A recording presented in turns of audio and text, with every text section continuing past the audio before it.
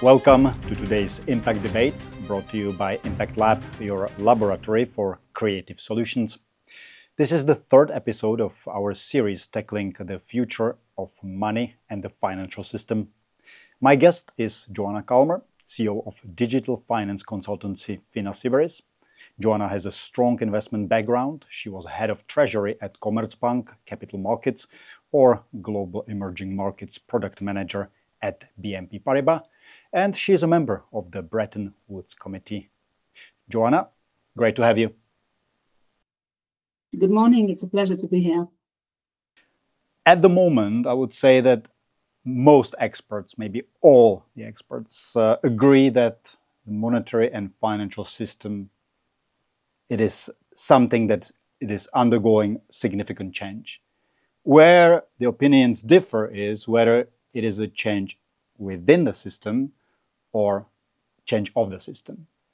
Where do you stand in this discussion as a former practitioner, trader, an employee of a huge investment fund and so on, and at the same time as a person who now deals mostly with the big picture, if you will? Indeed, we are witnessing very significant changes, both in the geopolitical system and in the financial system. I believe that it is not going to be a small tweak. It will be a fundamentally different system if the United States succeeds in making a major transition in their operating model. So I believe they might succeed, that there is a big chance that they might succeed, and in the process they will force other very significant changes around the globe. So I am prepared to see a completely new system.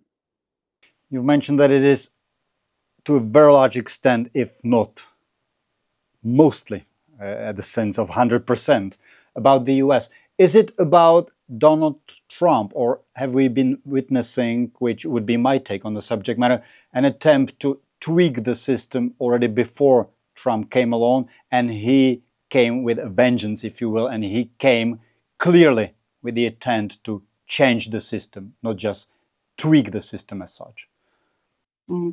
Well, people have different motivations. There may be a number of things that they want to achieve.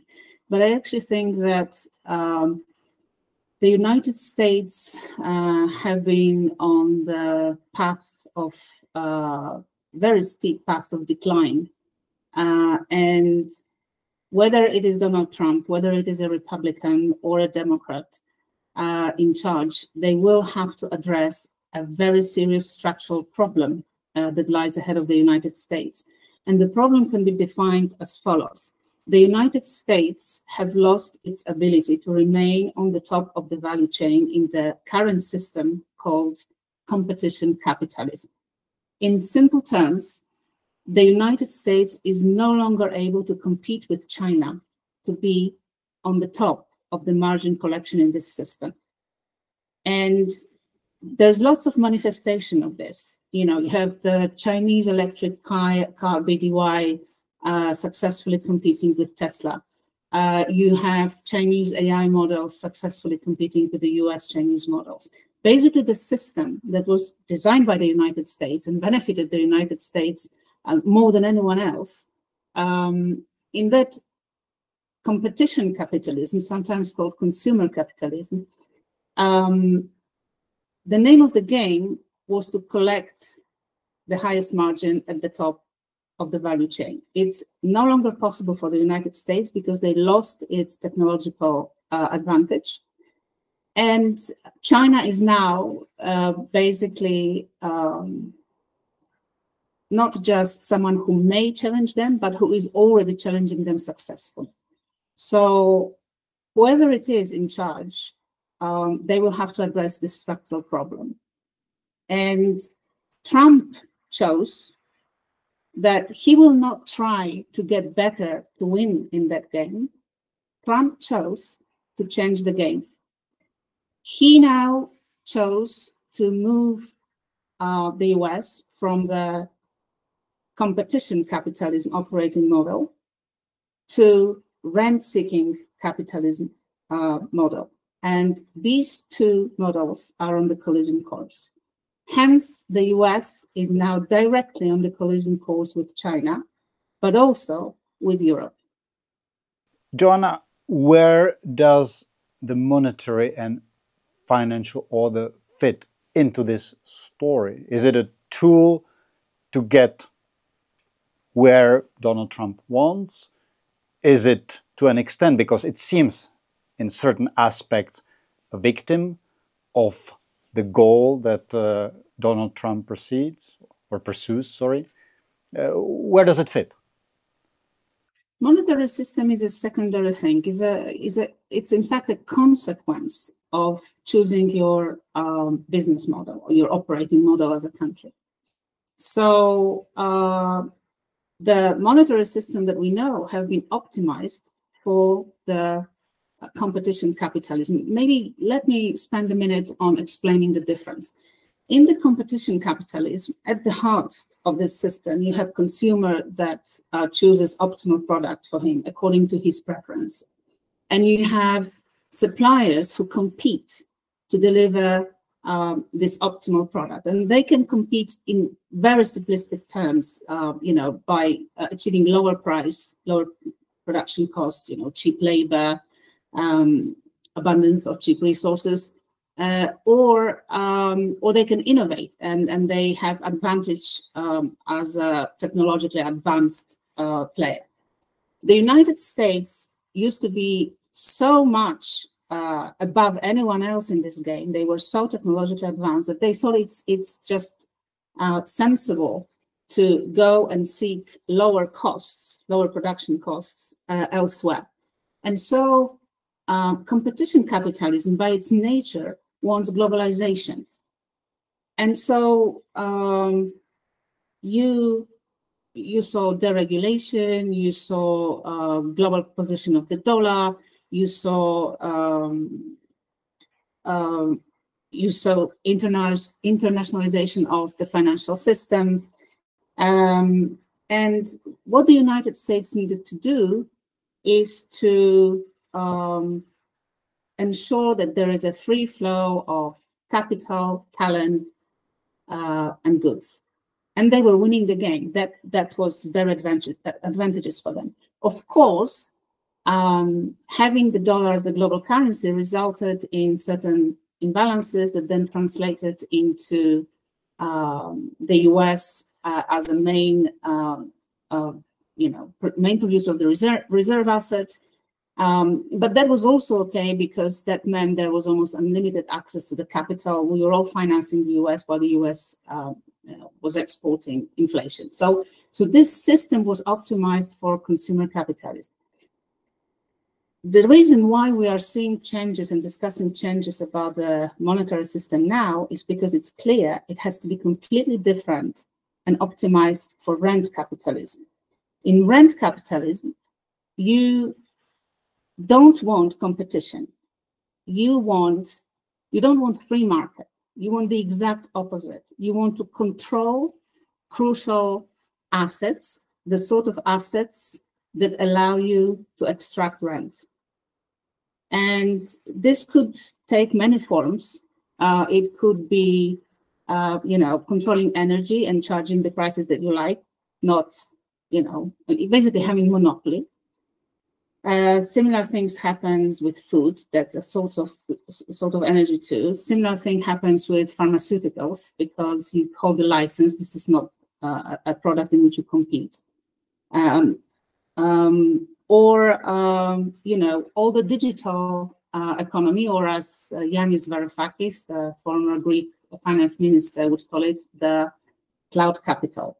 I think the observations that Yanis Varoufakis made, he makes a lot of public appearances and talks about it a lot.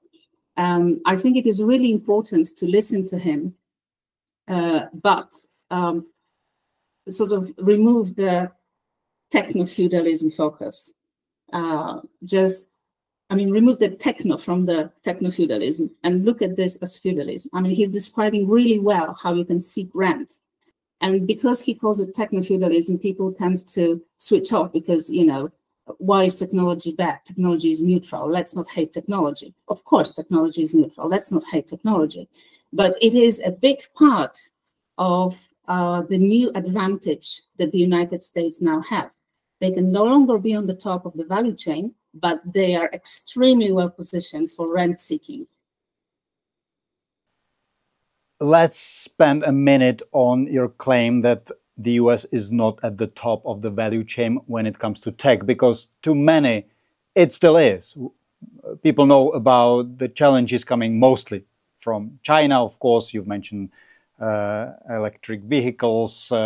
Obviously, there are other areas where China is able to compete and maybe is ahead of the US, as the Australian Secret Service report of 23, if I'm not mistaken, points out.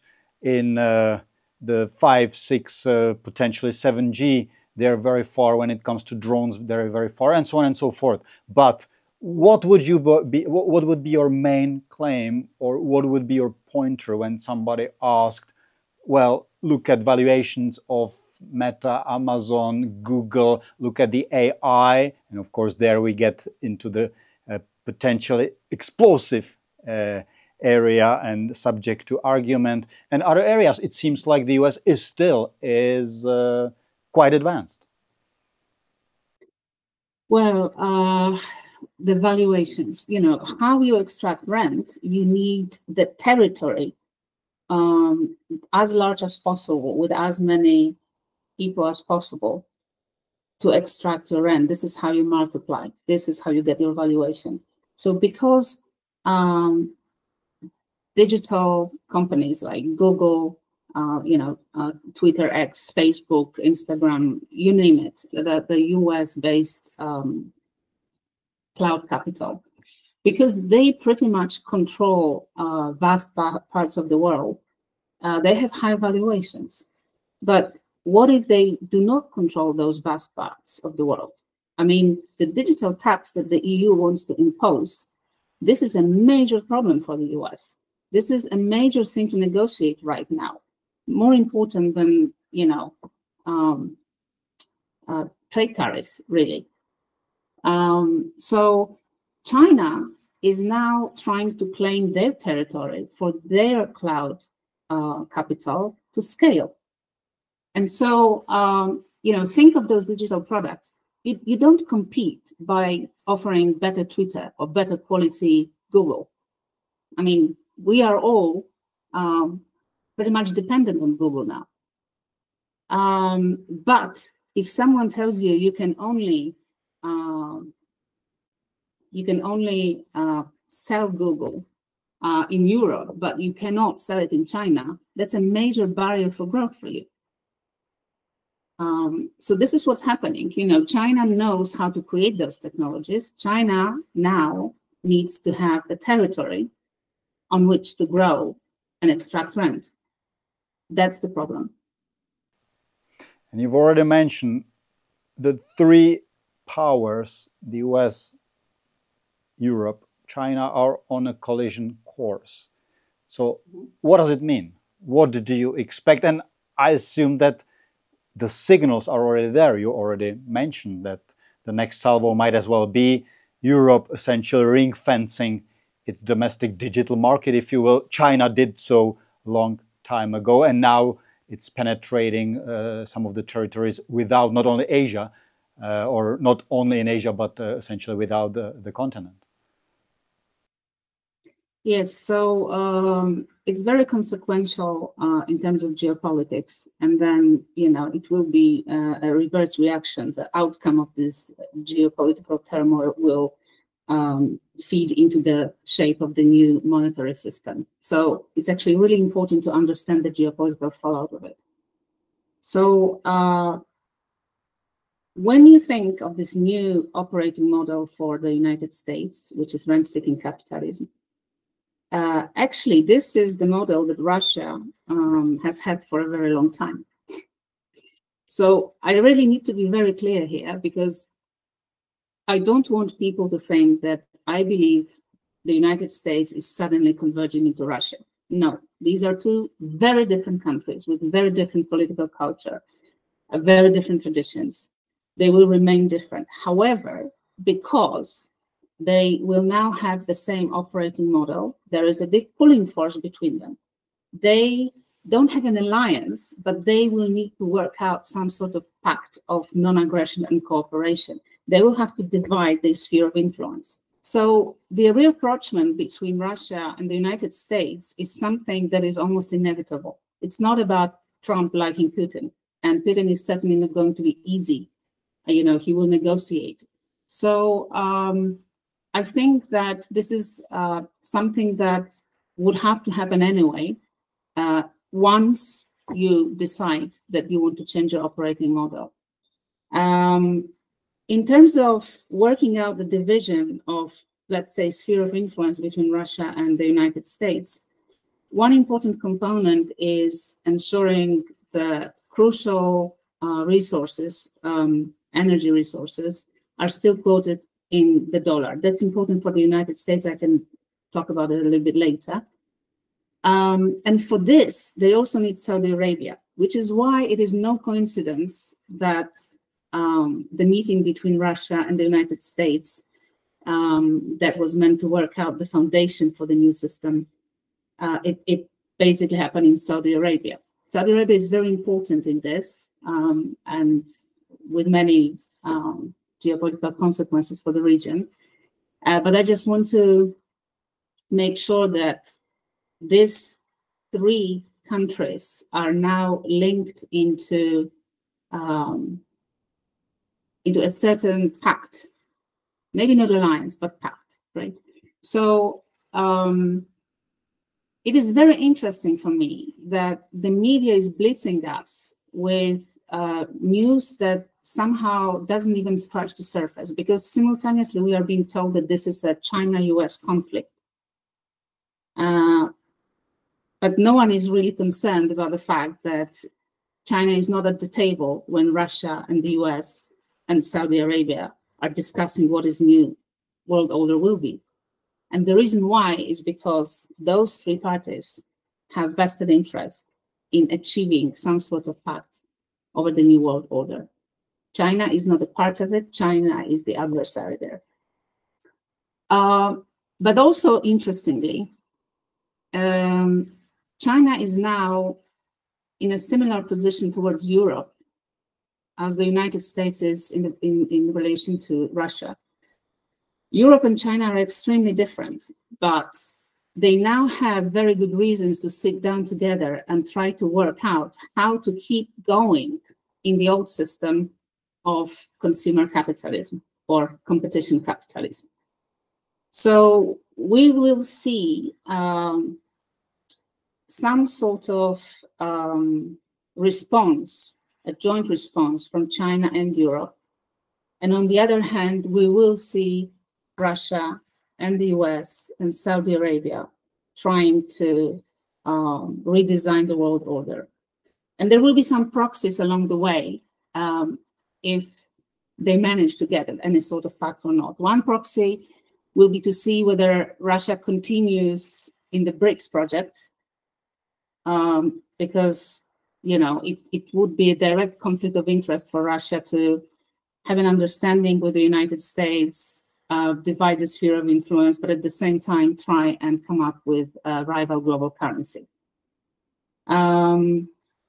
So another proxy will be to watch China and Europe trying to work out some sort of new ways of creating conditions for free flow of goods between those two countries. Maybe not at zero, but, you know, sort of sensible tariffs and sensible terms of settlement. So I guess some of it is already happening. I think in July, they set the date for a major meeting. But we will see. These are the major proxies. So as you've mentioned already, it is to a vast extent about the US, but of course there are other players and they have also their vested interests. Let's look at what Trump wants and what is most likely achievable. First, big picture. How do you think Donald Trump and, of course, his aides want the new financial order look like? Okay, so if we assume that his view is to extract rent, what he wants is probably the following things. He would like to maintain the global position of the dollar and the control of the payment system, because this allows him to impose sanctions. And that's a very important element of control. As a consequence, he will have to accept that there will be some trade imbalances resulting from the fact that the dollar is the global currency. But he will try to net out those imbalances by extracting rent. How will he do that? Firstly, he will demand that the risk-free assets that the US is producing are no longer bearing any coupon. Today, if you use Trump's logic, the United States spends lots of resources on maintaining the free trade. They control the seaways, the globalized dollar, and they provide space for these trade imbalances to be parked. So they issue lots of treasuries and pay coupons for it.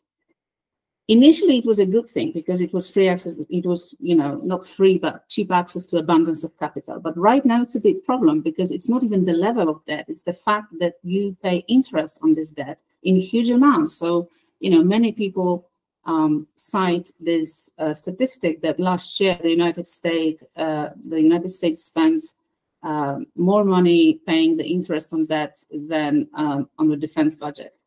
So what Trump wants is to stop paying interest. He probably will pressure people to agree to holding zero coupon perpetual treasuries in reserve. The third thing that Trump wants is to create capital controls. Capital controls are a consequence of resource control. So it sounds counterintuitive that he wants a global currency, but he also wants capital controls. But actually, he may be able to achieve this. There's been examples in the past of capital control. In fact, the major currencies also used to have capital controls. This is not the case that the majors have always been free-floating, fully convertible currencies. So I would expect that we will get some form of capital controls. And so it is really clear to me that the tariff war is really not a trade war. The tariffs are the instruments that Trump is using to force people to the negotiating table. But what will be discussed at this table will be precisely things like swapping US debt to perpetual zero coupons, devaluing the dollar, capital controls, that sort of things. Joanna, money, especially in its current form, is, I don't want to say all about, but it is almost all about trust. When Donald Trump does this, if he does it, it seems to me that there will be a trust lost. And then it's about whether there's an alternative or not. Do you see it differently, or is it, of course, a simplified but correct take on the subject matter, that essentially at that point the regime based on trust will be broken and there will be a huge demand for alternative that could be provided by, the sort of China-European bloc or somebody else who has big enough economy and resources, and as well as some sort of a track record, if you will, which Europe definitely does have. Mm-hmm. So I think there are two aspects to this trust question, and that's an excellent question. Aspect number one is this. In the competition capitalism, you would bring people to the table to negotiate a quid pro quo. You get something, you give up something, you maximize where you have competitive advantage and that sort of thing. In rent-seeking capitalism, you don't bring people to the table to negotiate. You actually bring them to the table to tell them that they should do as they are told, because you control their strategic needs. And we saw the example of it in the Oval Office during the meeting with Zelensky. This is not Trump's personality. This is actually a meaningful change of how the conversation flows for everyone. And Trump is actually very transparent about it. When you really listen to what he was saying in this office, he just said, you have no cards. You have no cards, implying you have to do as you're told. So if you ask me, is trust needed in this scenario? If you have to do as you're told, you don't really need any trust, right? You're cornered. But there is the second aspect of trust, which, and I presume you're also alluding to this. Can we trust the US Treasury or the US dollar anymore if this is no longer a consensus thing, a free market thing? So my answer to this is the following. Creating a risk-free asset and the global currency is a very costly thing. And maintaining this system is also a very costly thing. And not everyone can do that. And a very good example of it could be China and Europe, because, some people think, why don't we just switch to euros? It's not that easy, because we don't have a joint fiscal policy in Europe. So when you end up with those extra euros that become the new global currency, where do you park them? What bonds do you buy? You will end up having lots of credit risk. Politically, is Europe ready to have a joint fiscal policy? Not anyone can become a country with a global currency, because not everyone has the resources to provide what it takes to people who hold your currency. So I'll give you an example that I often give people when we discuss why the Saudis agreed to price their oil in the dollar. Because the United States offered them a lot in exchange. It was, they opened the US market to Saudi Arabia. There was huge transfer of technology, education, that, which country has enough debt in their market and in their economy to do the same, or which country can afford to do that? Because, Europe we could have the debt if we had the political will to unify completely fiscally. China, on the other hand, China is very protective of their markets. Opening their markets would be a huge thing for them. So that's another thing to consider, that the United States, by setting themselves in the path for the new rent capitalism, they are also forcing China to take this decision. Will they fight and open the markets to be more international? And so then renminbi can become more international as a global currency, or not? These are the kind of decisions that our leaders will have to take, and the markets will basically see a lot of uncertainty ahead of us, because all of these will be major shifts in policy. Let's look at those uncertainties and risks. So what do you expect on the way to the new financial order? And now let's assume that it's going to be more or less along the ways of you described. What are the major risks for, let's focus on Europeans, okay? European companies, European individuals, states. Mm-hmm. So obviously the United States would like to divide Europe, apply different levels of tariffs.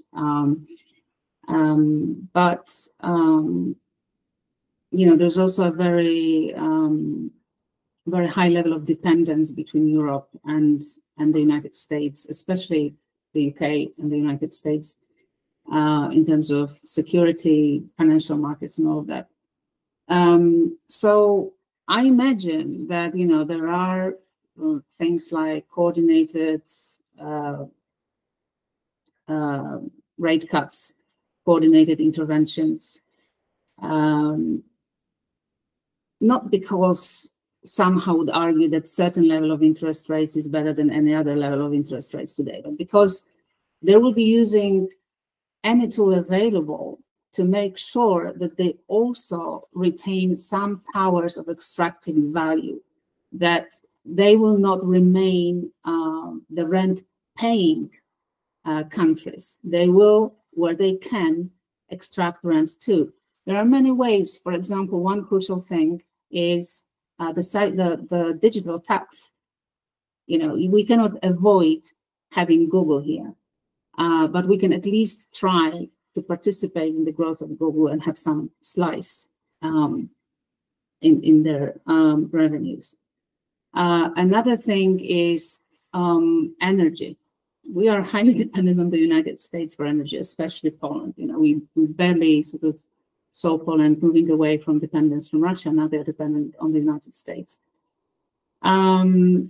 So the same goes for food. I mean, this is no coincidence that Trump really puts a lot of pressure on Europe opening itself to American food, because this is also a way to extract value. We don't want it because this would significantly diminish our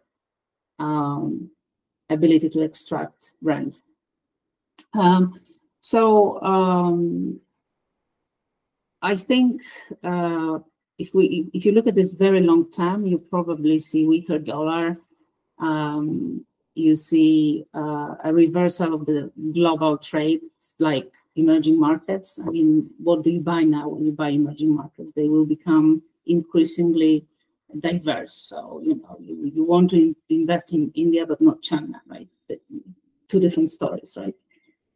Or Brazil, not China, or the other way around. So everyone will have to align themselves with a certain business model.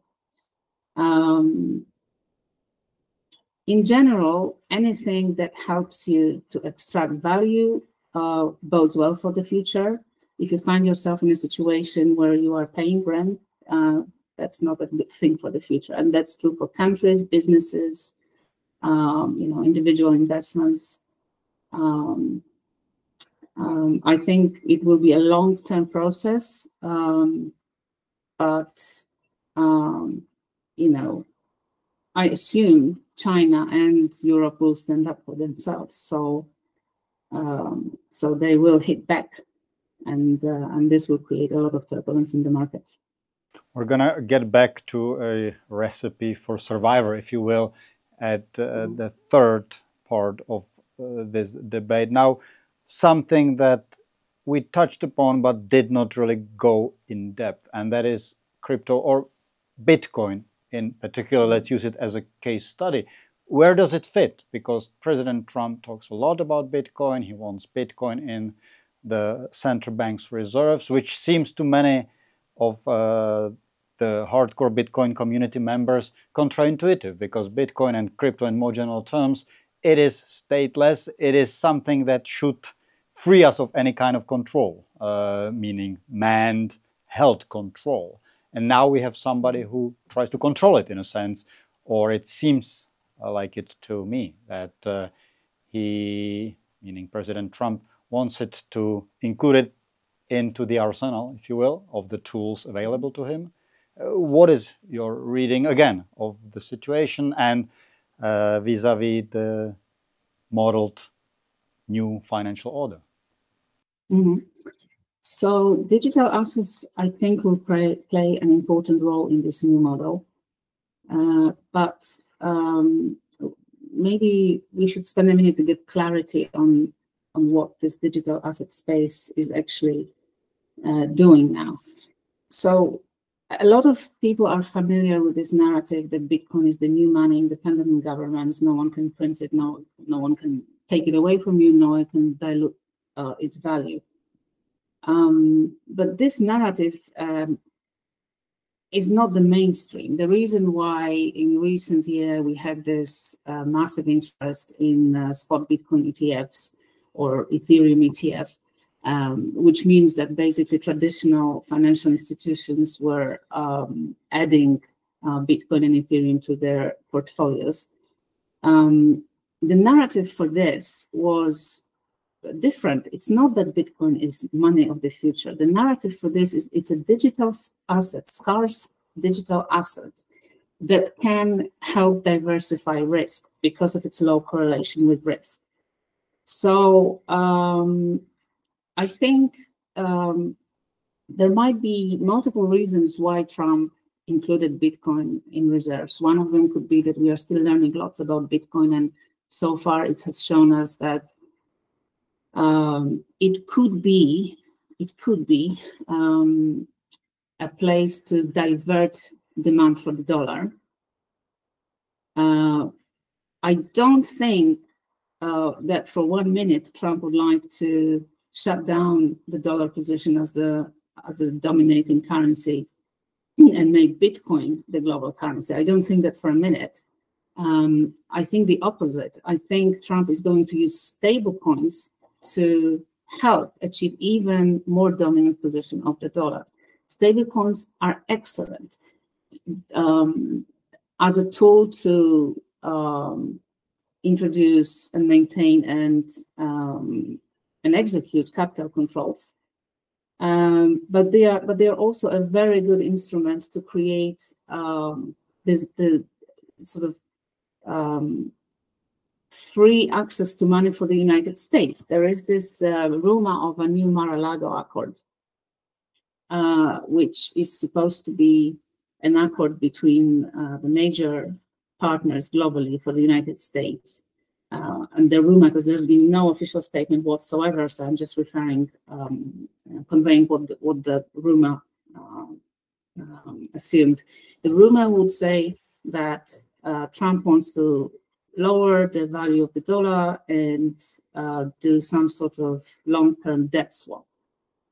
Well, that sounds very consistent with what digital assets created. Look at any stablecoin. The essence of it is that you get access to dollar, like Tether, for example, and behind there's a collateral that is backed by US treasuries that pay coupon, and this coupon goes to whom? To the company that operates the stablecoin. So for me, this is very plausible that Trump administration just thought, why don't we do that? Why don't we give people dollar stablecoin in exchange for assets to be held in collateral at zero coupon? So we will have abundance of financing at zero cost. So I think stablecoins are probably the way to go. Trump has also been quite transparent about it. He said he will be issuing multiple stablecoins, which makes me think that there will be capital controls encoded into those stablecoins. Bitcoin is a way of experimenting what else we can do with a digital scarcity, I think. We know that we are many years away from the point in time when we will really have to answer some difficult questions about Bitcoin, like how do you really maintain it working if it's not using in billions of transactions, not generating a lot of income from transaction fees? So who's validating the network? A bunch of volunteers. But we are years and years away from this. So so the narrative for now is that this is a digital gold, so to speak, but not an alternative to the dollar.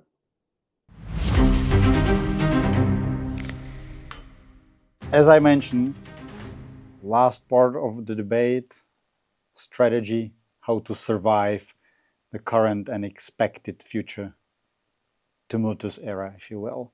Let's start with Bitcoin, something you already addressed. At the moment, it seems to many like a hedge, a decent hedge of the portfolio, of one's portfolio. Is it, to you, an asset like that? Is it a digital gold? Now I'm going to use the shortcut, as some say. Well, it might be a digital gold, but it's also a very, very crowded trade. You know, it's there are no natural flows in Bitcoin like you have in the dollar. When I say natural, I mean like, you know, trade-related flows. It's purely speculative. So once you want to get out, everyone wants to get out at times of crisis. So I think Bitcoin will be volatile. This volatility will generate some good profits for those who run market neutral strategies. These profits will be probably limited by the size of the market, the liquidity. But it's, for me, it's definitely not a one-way street. This is not this sort of safe place to go.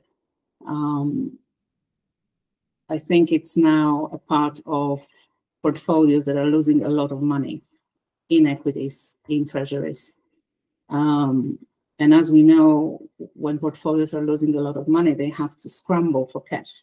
So Bitcoin is a place that's potentially a source of risk now, not something that protects from risk. I think in general, it will be difficult to find an asset class that stays immune.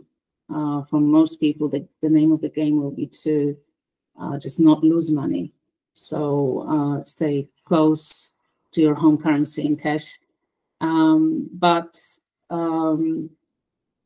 maybe it's more important to see, you know, more mid to long term.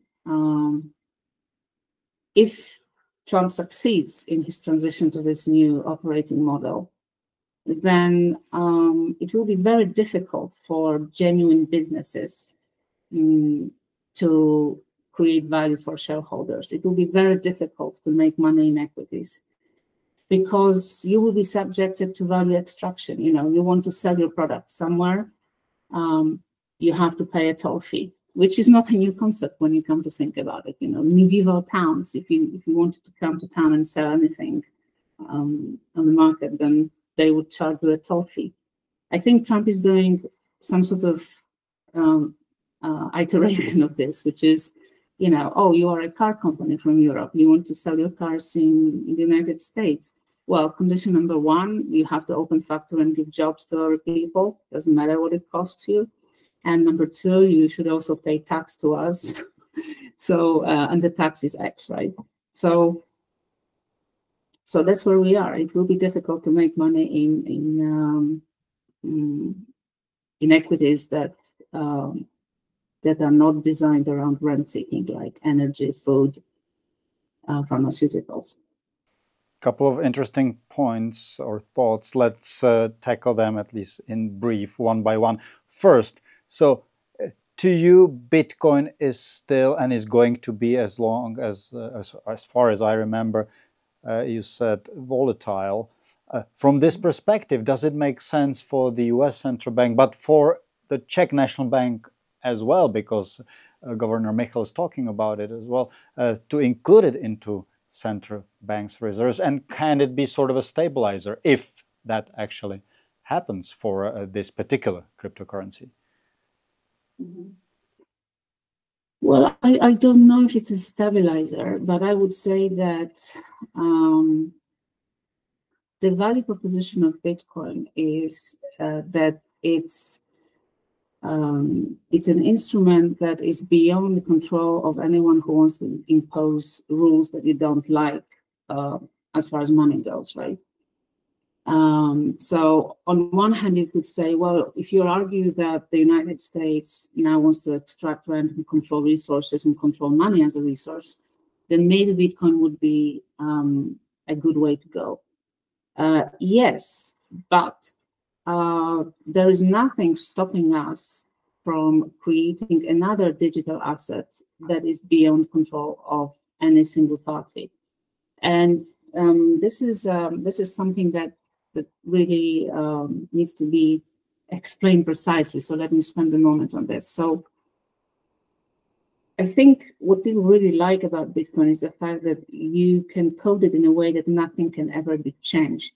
Therefore, no one can dilute it or take it away from you.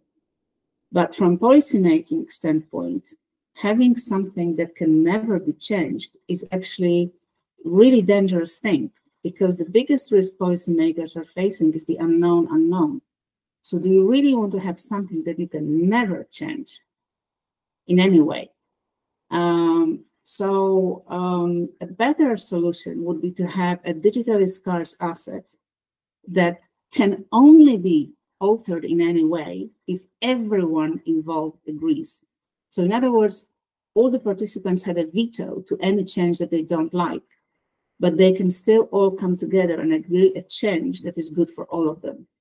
So I think that on the other side of this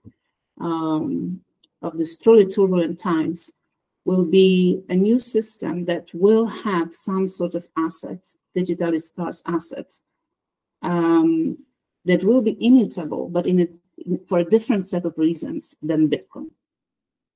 You've mentioned that you expect 3 sectors to actually hold the value, those that allow for rent-seeking, extortion, if you will: pharma, agriculture, food, and energy. Is it where you personally look for the value at the moment? Is it what your portfolio consists of? Or how do you, in other words, play the market at the moment, given what you expect to be happening in the next months, years? I think you either have to be super long term, or you have to be market neutral in your strategies. Directional calls are extremely difficult to make in the near term. But on the relative value basis, I would say that yes, those sectors that you mentioned should be safer than directional calls in currencies, because we haven't talked about it yet, but actually those tariff wars can easily end up being currency wars as well. And those currency wars is what could lead us to capital controls. So it's very difficult in this environment to have directional calls, and I think at this juncture, people should stay close to home. More and more investors seek value outside the organized markets, if you will. It's clear. It's a clear trend for years already. Does it make sense to you? Meaning, to essentially go for direct participation in companies, for more of the real estate, farmland, or whatever, be it something that you essentially really hold without a middleman? Well, given that we are heading into recession, I would think that real estate wouldn't be a good idea. But there will be companies, the high growth companies in the, let's call it cloud capital space, where you will be making money. So there will definitely be newcomers to the market. There will be another giant like Amazon or Apple. We just have to wait whether it comes from China or the US. On a separate note, this capital control thing may well translate into a lot of capital or Chinese stocks and ADRs leaving the United States and ending up somewhere like Hong Kong. So there could be a lot of growth on the Hong Kong Stock Exchange for that reason. But this is so difficult to predict in terms of timing that, I wouldn't really be able to make a direct recommendation. Fair enough. Last question, Joanna, of this debate. And in this question, we'll look at the individual companies, especially the SMEs. As you've mentioned, it is going to be incredibly difficult for them because of what you expect, the fact that the barriers of various kinds will emerge, and it will force them to redefine, to a very large extent, what they're about, to change their DNA. So what could and should an owner or a manager of the company that is not a global market leader, therefore is a rule taker in this sense, completely do to prepare? I'm not sure I'm competent enough to answer this question. I haven't really had enough experience in this sector. I think in general, the same rule applies, which is you have to find yourself in some sort of rent extracting environment. A lot of companies are thinking how to change their monetization models to get some rent. There's a subscription model. Sometimes it's a sort of it's not obvious that it's a subscription model, but it really is. One example is automotive industry. Cars are now becoming computers. It's a computer with a car attached. So once you're connected through Bluetooth to someone's mobile, you're basically extracting data like their mobile. Even before cars became computers, the monetization model in automotive industry was not to make money on the margin while selling the car, but on super high margins while maintaining the car, while servicing it. I think, you can find Elon Musk talking about it frequently, how he was explained that he will lose money. He will never make any money in Tesla because no one is making money selling cars. They are making money having a, large fleet of old cars that require maintenance, i.e., paying subscription fees. So I'm not really an expert to talk on this, but my strong feeling is that every industry will now have to look at how change their monetization models so as at least in some form they are receiving some form of rent. This was the third impact debate of our series tackling the future of money and the financial system. This series is part of preparations for this year's Impact Forum, our 7th annual economic forum at the new chateau in Kostelec nad Orlicí. Joanna, thank you for being part of the story. Thank you for your insight, and hopefully I'll see you in Kostelec. Thank you. Thank you for having me.